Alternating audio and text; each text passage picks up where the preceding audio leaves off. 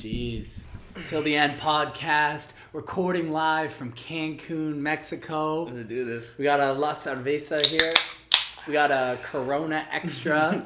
Cheers, bro. Till the end, dude. This is extra. All right. Happy to be here, man. We're doing the thing. We're actually here. We're actually here. We arrived in Mexico 2 days ago, Tuesday, November 10th, 2020. Looking forward to that day for a long A time. long time amidst a global pandemic. Stay home, Belly wear a of the mask. We're going into the belly of the beast. We are Jonah. This is the whale. So, Welcome to the whale. welcome to the whale. Welcome, listeners. All two of you. We're excited to have you here. And yeah, where do we start this thing?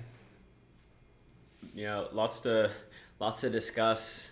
I think over the last couple of days, we basically just been walking around. Yeah, we've been walking. We're doing a lot of walking. We had these plans on like all these things we were gonna do in the first couple of days, and it just turned out we just didn't really go anywhere. No. Just In terms of external metrics of productivity, we've just been hammering our head against a wall and going on a hamster treadmill. We've kind of moved a lot. We've been on like a bike on a really low gear or high gear. Didn't go very far. Yeah, we've just been pedaling really hard and getting really nothing done.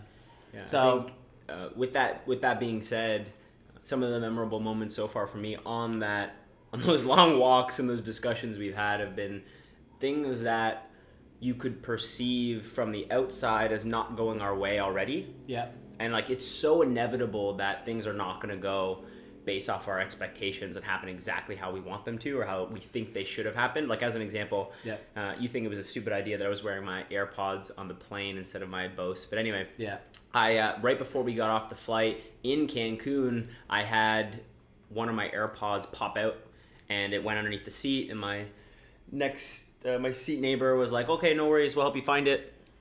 And I was like, "Yeah, great." And as I'm looking for it when everyone's leaving the plane, I waited for everyone to leave. The cleaning crew like swept in and like, "You got to get out of here." And so I left, didn't find the AirPod, and it's not a big deal. No, not a big deal at all. And even going back a step before that, we had a layover in Charlotte, North Carolina, in the politically divided United States, as long as you have the news on. But if you turn it off, you're good. Although I was in the washroom in Charlotte, North Carolina, and on the washroom, on the toilet paper dispenser, it said Trump 2020, and then people were like, "You lost, get over it." And there was just like this dialogue. It was like one person. It was like a Facebook comment. It was like a Twitter comment page thread, but on the side of literally on a bathroom wall, which is hilarious. Anyway, we got onto the plane to go from North Carolina or Charlotte to Cancun. And the pilot told us that we had to get off. We had to wait a while. Engine leak or something. Engine leak. I was ready to risk it. I wanted to get here, but we had to get off the plane, and you could just hear the kind of groans of the general population or the general group within the plane. They're like, "Oh no, it's so devastating! Like we have to get off," and we were like, "Yeah, whatever." I remember you saying out loud, you're like, "Yeah, like worst case scenario, we get an extra water." They handed us waters and crackers on the way. We get extra water, we get extra crackers. Yeah, we got extra. We didn't get extra crackers. Blasphemy. So the quote that I wanted to bring up here, it's by Epictetus, who is a Stoic philosopher. He was born a slave, earned his freedom, and then became a famous Stoic philosopher and thinker. And he said, "Seek not that the things which happen should happen as you wish, but wish the things which happen to be as they are, and you will have a tranquil flow of life." Easier said than done, Sir Epictetus. Yeah. But that reminds me of when I last fall, Ian was doing a 3-week tour through Europe, and I was going to fly out and surprise him there, and our flight got delayed as well. Yeah. And got pushed back hours. And I remember calling my mom and just saying, "Hey mom, like, I just got a delay, so I'm gonna be hanging out. Yeah, what's up, mom? Be hanging out in the airport for a couple extra hours." And she just like started screaming on the phone. She's like, "What do you mean the delay?" And I was like, "What do you mean? What do you mean? Like we're not getting on the flight, and we're gonna wait until, it starts again." And as Epictetus said, and as we're trying to remind ourselves going through this trip, is like, if you just let it happen as it's happening and accept that it is what it is, there's very, very little resistance, very little suffering. Yeah. I mean, it can be frustrating, obviously, when things don't go our way. But I think a lot of our suffering comes from we have this mental projection, which is just an abstraction. It's a jumble of thoughts that we think this is how things should go. People should treat me like this. I should get this when I do this. When I go here, I get this. And run down the list of how we think things should go. The problem is that literally is just a mental abstraction. So inevitably, when reality is not reflected, our abstraction is not reflected in reality, there's a gap between the two. And then that is where all the pain and suffering comes from. Thinking it should be a certain way when inevitably it is not, which is ultimately just resisting what is. And I mean, we've talked a lot about past and future not existing. So one of the things I've been doing recently, I've been practicing doing lucid dreaming. Yeah. So I haven't gotten the end of that yet. I've heard it every single morning. Yeah. So side tangent, your life is just a lucid dream. That's called awakening. By the way. Anyway, we'll just put a pin in that for now. Now, the reason why I wanted to get into lucid dreaming is there's so much productivity hacks and all these kind of things. Get an extra hour out of your day, et cetera, et cetera. And I was like, well, you spend approximately 1/3 of your life sleeping. So if I could unlock that and get some sort of value out of that, then I think that would be a worthwhile endeavor. So the number one way to practice and get used to or be able to cultivate the ability to lucid dream, which is realizing you're dreaming while you're dreaming and thereby being able to in some way manipulate or kind of just be conscious during that otherwise subconscious dead time. Got it. And the number one way to do that is to create a dream journal and to create an intention before you go to bed. So I forget who it was, but they said never go to bed without giving your subconscious something to work on. That was Tim Ferriss's friend, Josh Waitzkin. Oh yeah, true. Yeah, he's the guy who wrote the book Art of Learning. Ah, very interesting. Yeah, because the point is to use your subconscious to your advantage. Yeah, and there's so much value in the subconscious and dreaming. It's the way we formulate a lot of different thoughts, and in terms of being creative and things in the world, people, Martin Luther King Jr., I had a dream. Everyone, a lot of things come in visions or dreams, and in the past, being somewhat of maybe a materialist. In thinking that if it's not objective reality, you can't see it, then there's no value in it. But what I realized is that that's not necessarily true, and you can learn from abstraction and dreams and these kind of things. Anyway, so the number one way to do that is to do a dream journal. So as soon as you wake up, because you'll probably know you woke up, you had a dream. If you wait 30 minutes or you try to tell someone later, you're like, I had a crazy dream, and they're like, what happened? And you're like, I don't know. But it's something about something. Yeah. So I've started writing a dream journal. And the first night that we got into Cancun, that first night that had like a long hibernation of a sleep. Yeah, that was a long day leading up to that. Yeah, it feeds off of a lot of things you're talking to, but I remember distinctly, and I wrote it down in my dream journal, it was like I was at a table, Jonathan was across to me, there might have been a couple other people, and we were having some sort of philosophical discussion or something, which is basically what I do. Brand. And then Jonathan echoed something that we've been talking about, and he's like, time doesn't exist, there's no past and future. And then literally everything warped like a psychedelic trip. It went and everything kind of like sound effect and everything, and it flashed and it went through all these like mental abstractions of memories of things that had happened and projections. And then I was like, and I literally realized I was dreaming. And then that was. So you woke up before waking up. I woke up before waking up. It's kind of like other Stoic philosophy rules or teachings of you want to die before you die. So the goal of life is to, especially with death in our society, we've listened to a guy we listened to a lot this year is Alan Watts, and he talks about how our society basically tries to deny death, and we act like it doesn't exist, and death is such a horrible thing. Yeah. When I think everything is contrasts. So he talks about if all you can see is red, then you can't even see red. Yeah. And everything you only understand through contrasts.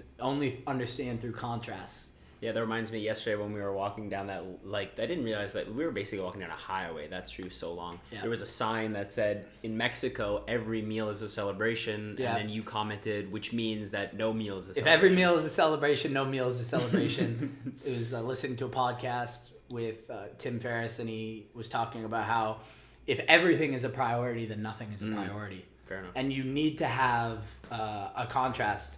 It's like, if you're eating a delicious piece of cake or something and there's just endless amounts, then there's no context to enjoy the level of exclusivity there. Yeah, if you get one slice and you just know that's all you got, it's like, I'm going to make the most of this slice. Yeah, it's like in the old poem that I wrote. Yeah, I was going to say, that's like perfect transition into, if time was endless, there would be no urgency.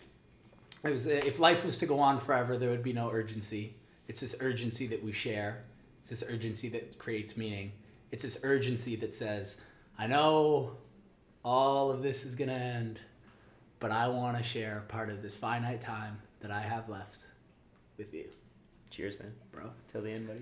And if you had unlimited time, then truly unlimited time within this conception of being a human, then what's the motivation to go travel the world? What's the motivation to hang out with your family? You're like, I can get to it. I got all this. We'll get there, yeah. Yeah. One of these days. So so in Alan Watts says, death implies life, or rather, death implies life. Or did I say it backwards? I said life implies Freudian slip. Life implies death, or rather, death implies life. So he says we die to show so that we can know and learn what life is all about. Let me ask you something. Yeah. Back to lucid dreaming. Yeah. Because I have yet to create a dream journal. I have a journal, and I write notes in it all the time, every day. What has been one of the tangible takeaways from these dreams, or do you think that'll come over time? I remember you mentioning Carl Jung. Yeah, so I haven't read into this, but a famous, I don't know, psychoanalyst or something like that. Yeah. Anyway, he has a book on dreams, which I'm gonna read, which is one of the things that I'm really excited about on this trip that we're doing. So we're gone for the next 12 to 18 months. Unlimited reading time. Is to just unlimited reading time. And whereas I know, like, some people talk about going back to school, they can get some sort of credit or prerequisite for a job, which is important. But I knew for myself, I could go back to school and do continuing of like philosophy or something like that. But I find with formal education that the incentive to learn is kind of off for me, where you're reading things not to an end. Yeah, you're reading through texts not to try and learn the best and how you can apply it to your life and surroundings, but to extract what you think the professor will grade on, which there's often quite a disconnect between the actual material and then what you're graded on and the knowledge. So within this traveling, I'm excited to just learn the things, specifically what I want to learn from all different things. I'm reading a book on history. I'm going to want to read books on like psychoanalysis and the dream stuff, philosophy, all those kind of things. Yeah. I just finished reading 1984. Yeah. Phenomenal read. Love Big Brother. Can't believe how that ended. If you haven't read it, it's phenomenal. It's a phenomenal book. It's very relevant to 2020. Yeah. Or whenever you're listening to this. Or whenever you're listening to this. Yeah. Yo, what's up, 2045 people?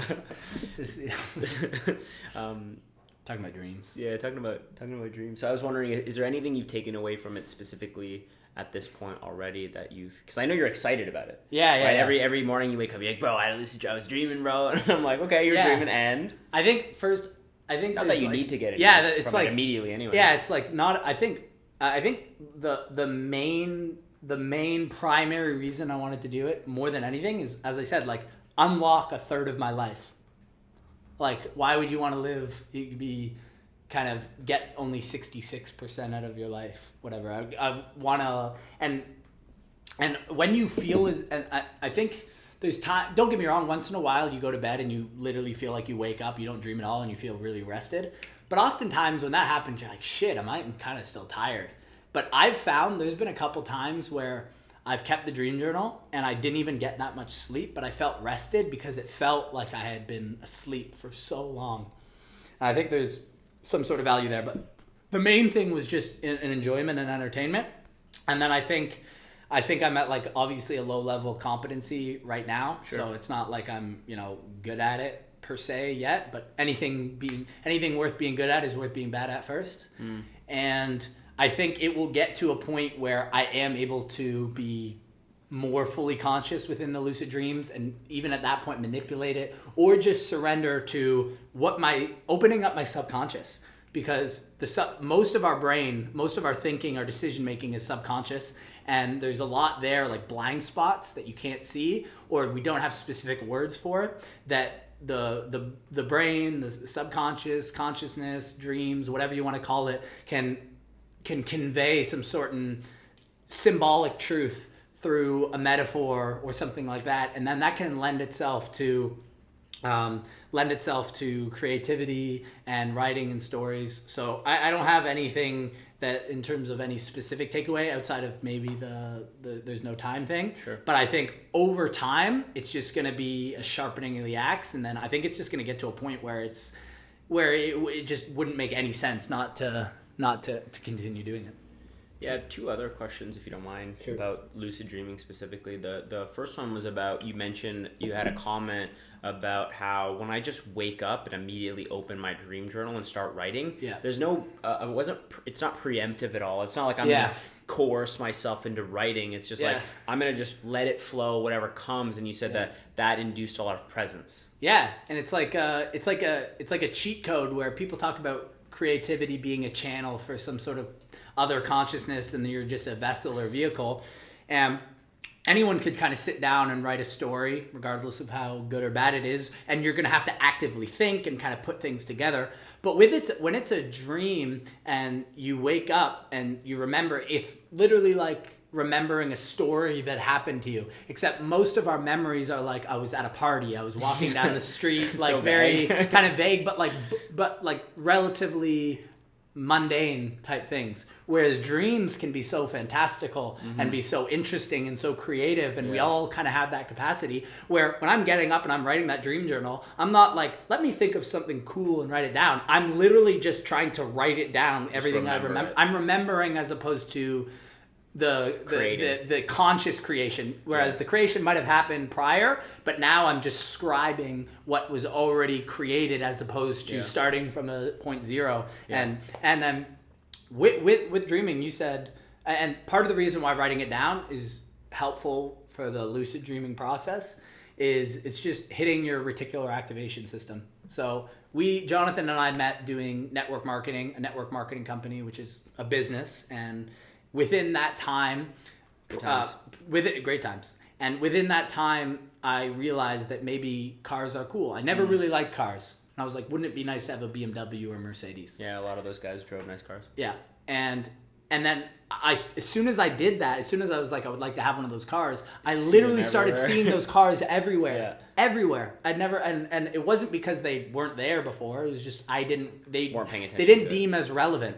And it's kind of like when you find out the definition of a new word, and a word that you've never even heard before in your 20 plus years of life, and then all of a sudden you see it the next day, and you're like, whoa. And it's not because it wasn't within what you're seeing.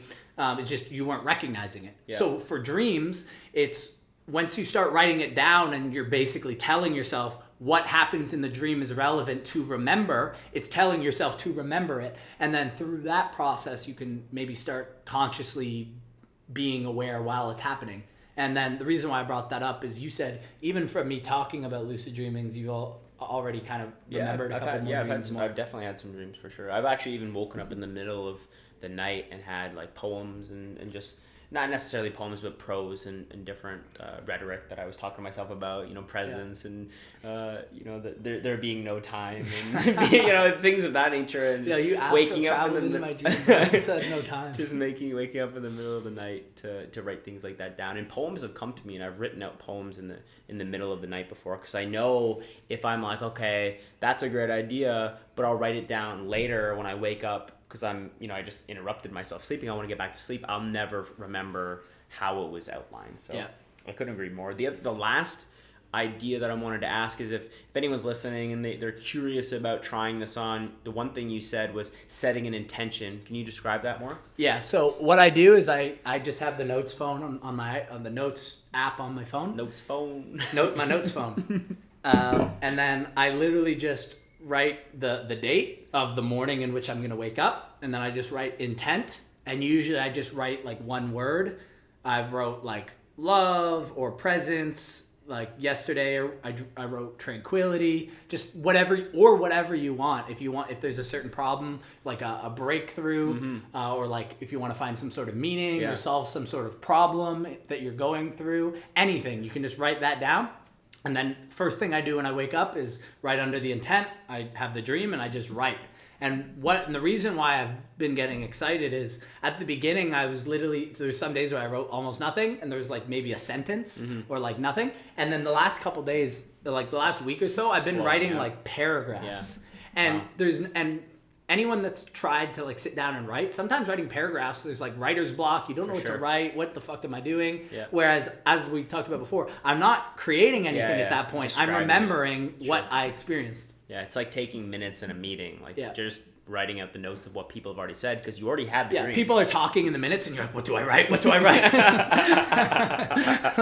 What do I write here? Like you just write down what they said. Yeah. Yo, imagine there's the courtroom typewriter and they're like, sorry, I got writer's block. Like that is, you're fired. Yeah, exactly. So that is there's no writer's block if you're actually experiencing a dream. You're literally just writing it down. And then I think the next step after that is you can sit with that and do an extra tab under the dream where an analysis of like what you think that might have meant, so to speak. Yeah, and we'll keep you tuned on the Carl Jung and reading the Dream book, and then see what Ian gets from that. Thanks for sharing that, man. Thanks, I appreciate it. We have a lot of good habits that we've been doing, like couldn't agree. Meditation. So the Dream Journal now, meditation. Yep. Wim Hof breathing, which is a breathing techniques that you want. But I think a big one there, like what is meditation? What have you gotten out of meditation? What do you do for it? I've tried it in different ways in the past. The one that I've stuck to right now and has become part of my daily routine is I've been following Sam Harris's Waking Up app. Yep. And Sam is, I think he studied neuroscience. Yeah.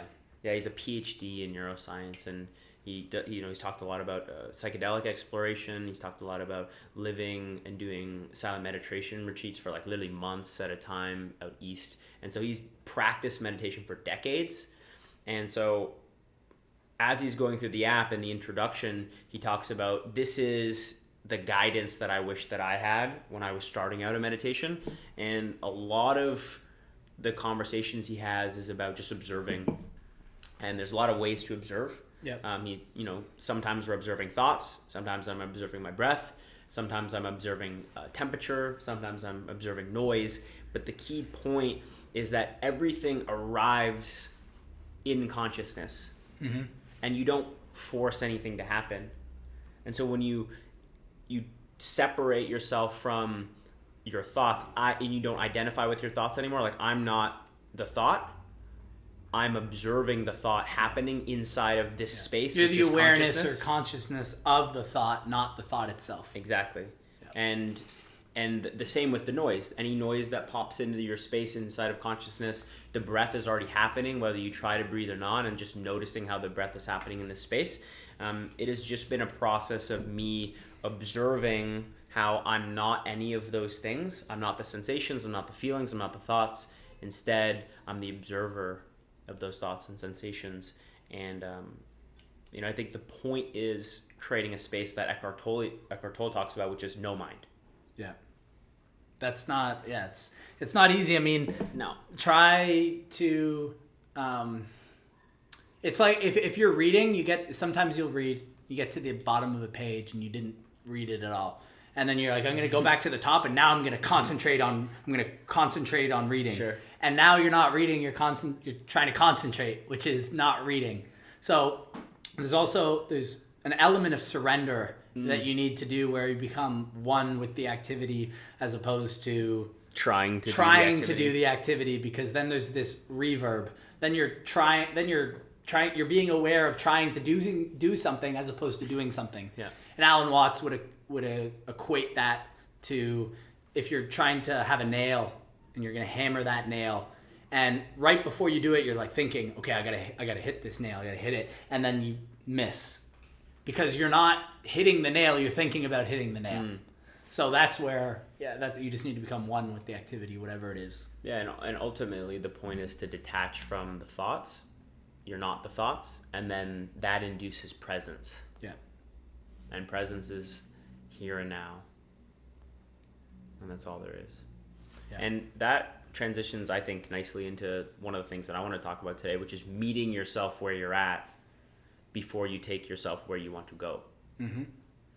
And I know we've talked about this before. The first time it ever came up for me was inside of communication, because one of our mentors, Ryan McGurr. Oh yeah, Old Breck, yeah, phenomenal public speaker, phenomenal communicator. One of the things he always said is you need to meet your audience where they're at before you take them where you want them to go. Yeah. And we've talked about how we can actually use that for ourselves. Mm-hmm. So meeting yourself where you're at before you take yourself where you want to go can look different for everyone based off where you are. Yeah, don't put the cart in front of the horse. Exactly. So I thought of a couple examples, sure. Just like some rudimentary examples of meeting yourself where you're at, and then some that relate really well to what we're doing right now in this trip. Like as an example, push-ups. Yep. Real simple. Everyone, has either, worked out once in their life or tried to exercise. And if you can only do 10 push-ups today, rather than at the beginning of this conversation, we talked about wishing or expectations of what we would love to be able to do, which is, we'd love to do 50 push-ups or 100 push-ups. And then the gap between that and what the reality is of this moment. Yeah, and some people, that could cause a lot of frustration and resistance and beating yourself up and getting in your head about why can't I do this, instead of just saying, okay, well, I can do 10. Yeah. So the best way to meet myself there is maybe do 3 sets of 8 every day. So you go right to that edge, you do 8, and then you rest. And you go right to that edge, you do 8, and then you rest. You go right to that edge, and you do 8, and then you rest. And if you did that every day for 5 days, and then took a break for a day, you would come back the next day and you could do 11 push-ups, 12 push-ups, maybe 13 push-ups. Yeah. And if you keep just meeting yourself where you're at in your life, you'll make progress over time. And virtually every personal development person that I admire, mentors that I admire, are focused on making progress. Yeah. And the old adage, compare yourself to yourself yesterday as opposed to someone else's today. Totally. And by the way, just a side tangent there, we talked about all there is the now, the past and the present don't exist. They don't exist in terms of reality, but they're helpful tools of communication, but they're units of measurement that don't exist on their own. So, for example, time, like an hour, for example, is akin to an inch. Sure. So there is no such thing as an inch. There's no such thing as an inch. An inch is a way of breaking up reality in the world to understand it and be able to communicate. Yeah. And the same thing with an hour from now. But it's always now. It's so useful. It's useful. So just making the distinction where it's like there's time or there's no time, and now you're talking about time. It's always now, but talking about the past. And I was listening to Jordan Peterson last night, his 12 Rules for Life, and he was talking about understanding the past. The reason why you have the past is if you think about your whole life, whether you're 15, 20, 25, 30, and you look at the past, and there's a lot of memories there, but if you actually think about what you remember, the amount compared to all the things that happened, it's a very, very small percentage. And you distill it, a very, very small percentage, and you distill it to the certain lessons. And where the value of humanity is, as opposed to other animals in the sense that we understand, is that we have the ability to look at the past and learn lessons, and then to be able to simulate out into the future and then learn from the past. Now, anything that can be used well can be used badly. A hammer that builds the house for the orphans is the hammer that kills the villagers. Sure. So the same mind that creates the past and looks to the future also can run wild. And instead of, the goal is to look at the past, distill it down to the lessons, And then to take the point of the past and memory is to understand lessons and the way things work so you can make decisions now and be able to improve upon your current situation. What it's not supposed to do is the excessive rumination, the looping of a negative experience to the point where you're not learning anything from it. You're just looping it. Obsessive. You're just obsessive rumination on this. I wish it would have happened differently. Yeah, what on this if I negative tried experience. That? What if I did this? And that isn't helpful at all. So it's recognizing, it's just being aware of the utility and the reason why we have memory. And the reason why we have memory is so that we can make better decisions now, not to masochistically torture ourselves on the past. Create suffering and pain. And the reason why we do that from a mindfulness perspective, Eckhart Tolle talked about how you are not your thoughts. You are the awareness of your thoughts. Also with that, you have an identity. And your identity, who you identify with, is based on thoughts and experiences and memories. So if things happen in the past that have been really, really unpleasant, and you've identified yourself with, let's say, negative, being a procrastinator, being lazy, or being selfish. I just procrastinate. That's just who I am. I'm bad with names. That's a big one. Self-fulfilling prophecy there. Yeah. But if you identify with a thought pattern that is painful or negative or unserving, and then you try to change, to let go of that, it literally signals the same physiological responses as like a fight or flight or a death response, where to let go of that past, no matter how painful it is, literally signals death on a subconscious level. I've identified that's who I am. And then basically to distill it, it's like, generally speaking, we prefer the devil we know as opposed to the devil we don't know. So even though it could get better if we let go of this old painful self, it's still what we think ourselves are. So we're not going to let it go. And like you said, those are all just projections or ruminating or revisiting past ways of being and then identifying with them. Yeah. Rather than meeting yourself where you're at. Yeah. Before you take yourself where you want to go.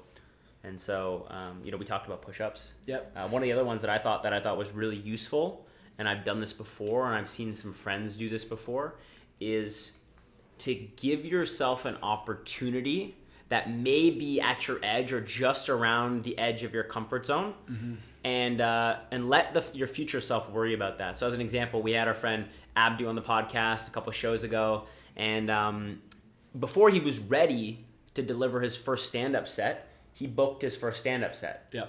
So before I was ready to deliver my first hour-and-a-half workshop on how to do public speaking, I didn't have any curriculum, didn't have a PowerPoint presentation set up, but I had some skills. Yeah. I scheduled it and I sold that and I set it up. I'm sure you've done that tons of different times in your life, and you can think of a time where in a future sense you set yourself up to do something outside of your comfort zone right now. Yeah. Absolutely. And just a side digression before I answer that. The Ryan McGurr Breck, who we talked about, our mentor, he said one of the reasons to wear glasses is so you can take them off. So dumb but hilarious. It's great. CSI Miami. Yeah!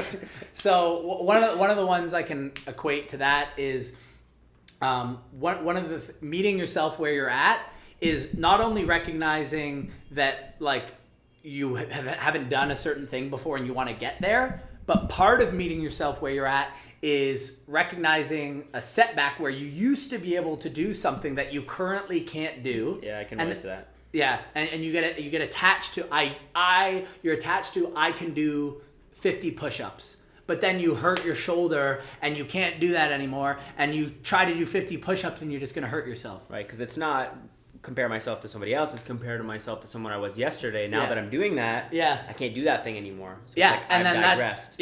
and then that's where you gotta have the nuance of thinking in general. So we were in Whistler in July, and we did downhill mountain biking, and on the first run down the easy hill, I fell and separated my shoulder, and I couldn't work out for months. And then when we finally got back to Toronto at the time, I mean, the gyms were closed, but I still had some weights and some bands and stuff that I usually could do a lot. And if I had not met myself where I was like, I can do these things, and then I would just overdo it and hurt myself. So what I did for at least a month is I just did rehabilitation exercises, which was quite a step down from what I was used to doing for my workouts, and it was quite disheartening in a way.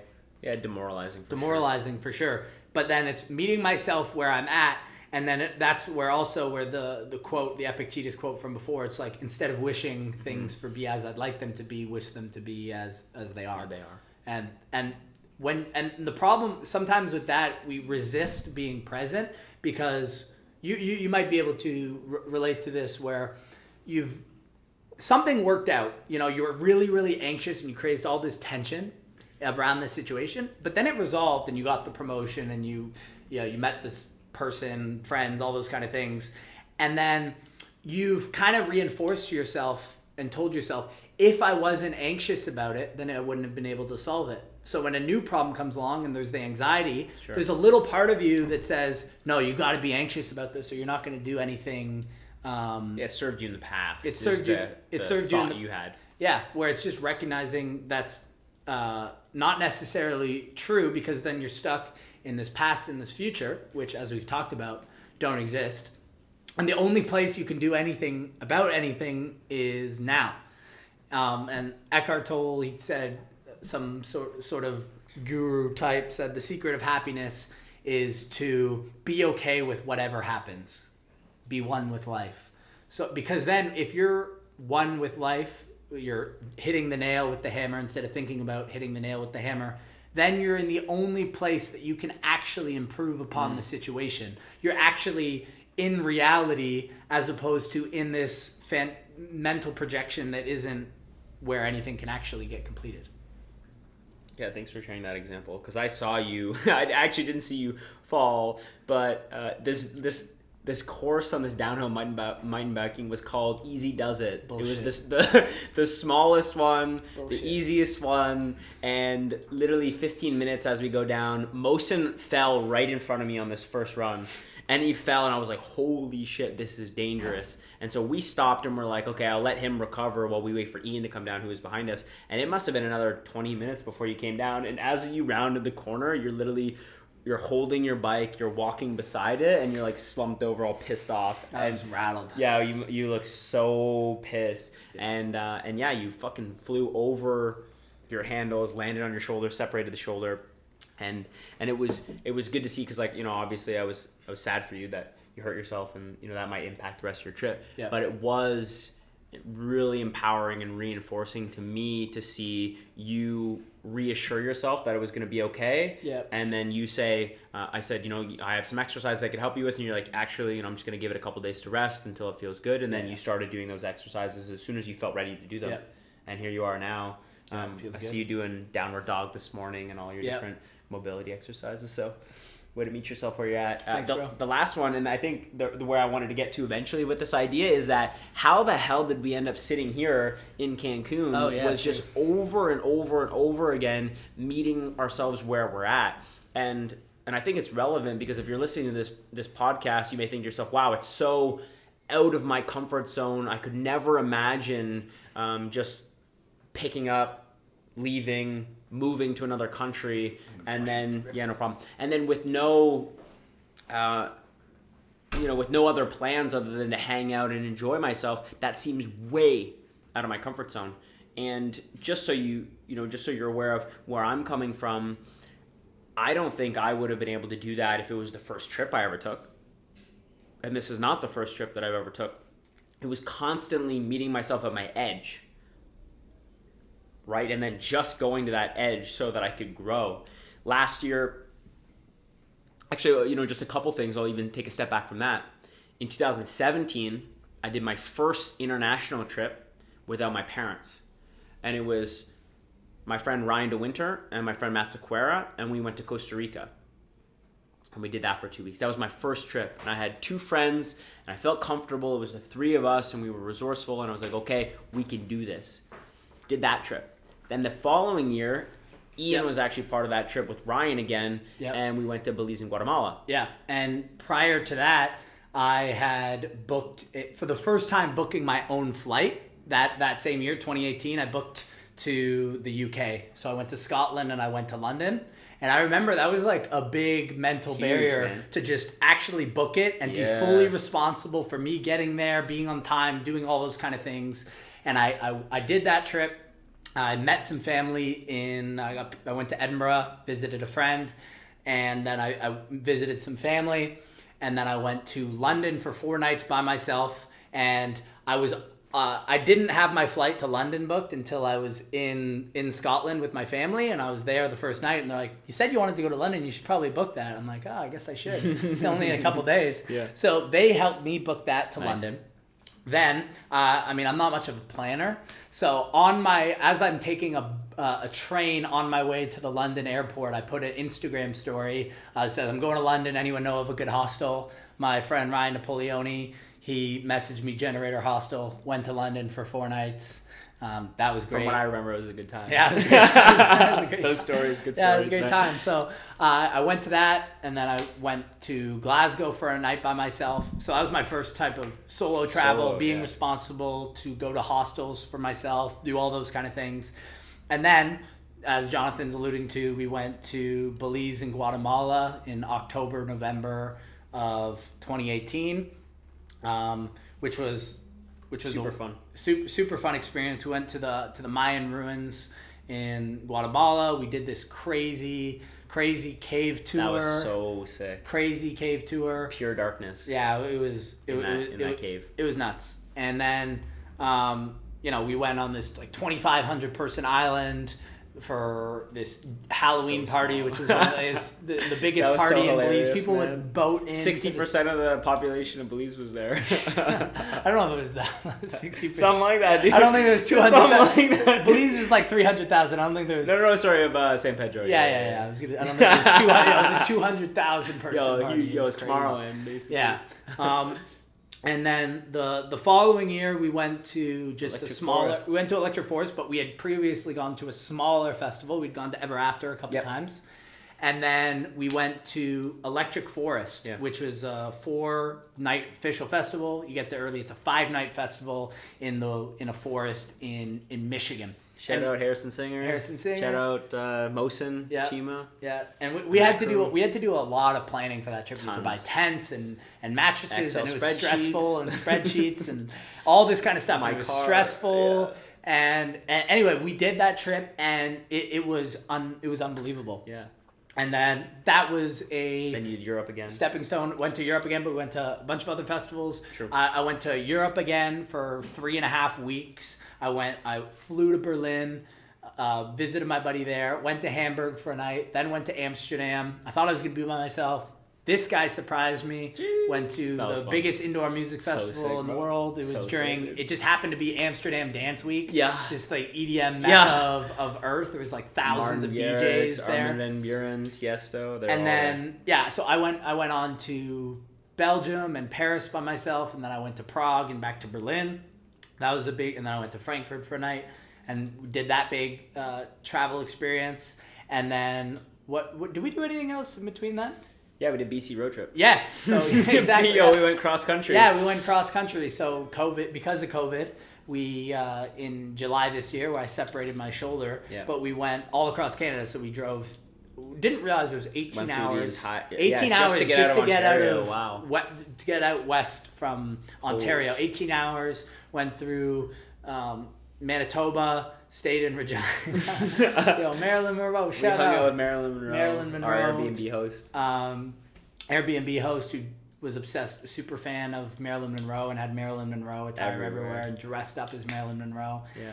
Anyway, we went to then we went to Alberta. We went Saskatchewan, to Alberta, Saskatchewan, Alberta. We went to Lake Louise. These giant hikes. And then we went to BC and had an amazing time.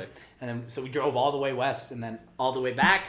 And then it's been a couple months since then, and we've been planning this for more than a year.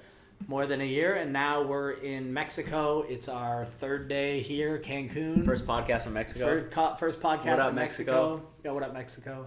And I think I appreciate that, and I love it's progressive. Yeah. It's like you don't need to boil the ocean in one go. Yeah. Like if we hadn't, before going to, instead of booking Guatemala and Belize, we're like, we're going 18 months. What's happening? I don't know about it. Like some people do that. It's not that we couldn't have done it. It would have been a lot more overwhelming. Sure. Yeah. Like we could have done it. Like, but it'd just be really overwhelming. Like I'm here and I feel comfortable. Yeah. And that's the point. It's not so far out of my comfort zone. We met ourselves where we were at constantly. Yeah. And then got to the edge of that. And that's basically the premise is wherever you are right now, figure out that edge, and then if you can, do your best to meet yourself there as often as you can. Mm-hmm. Whether that's your push-ups, whether that's your shoulder exercises you're working on, maybe it's something creative. Like apparently, apparently Sting likes to edge a lot. Anyway, do not Google Sting edging. Don't do it. Do not Google Sting edging. Do not Google Sting edging. Yeah, don't think about a purple elephant. Don't think about it. Nope, don't do it. And the last thing that I wanted to chat about is, that concept of living at your edge. And that was something that I took away from The Way of the Superior Man. David Data. And that book. And that was, if you're living in the present moment and in the now, you know what your skills are, you know what your competence is, you know what you're comfortable with. If you take action and it's too little, it'll be, laziness.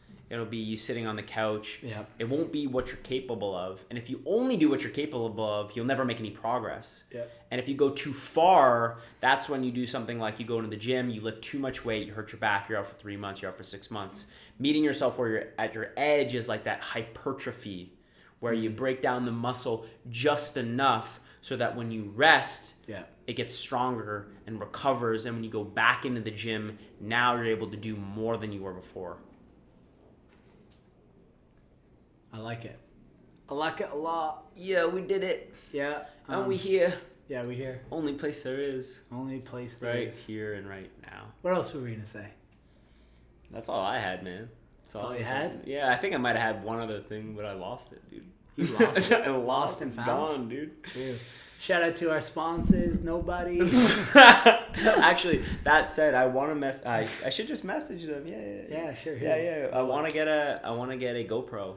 So GoPro, if you're listening, GoPro. I know there's a lot of you listening right now. I think it would be fun to edit some of these podcasts, some of these ideas into some travel videos, and I mean they're waterproof and it's high quality, and be able to capture some of those. Yeah, this fire is definitely waterproof. This heat that we spitting. Anyway. Yes, we had a coffee. Had a coffee. We have yet to been to the beach yet. 3 days, like I said yesterday, we were just walking. We were just walking, dude. A couple Coronas here out of the irony. Yeah. Wear a mask. Wear a mask. Stay home. Stay home. That's really the big message from this episode. The biggest message from this episode. Stay home. Wear a mask. And we will see you next time. Till the end, dude. Till the end, baby. Wrong way, dude. Oh, shit. Hey. Yeah, we got tattoos there, y'all. All right. Peace. That was fun, man. That was good.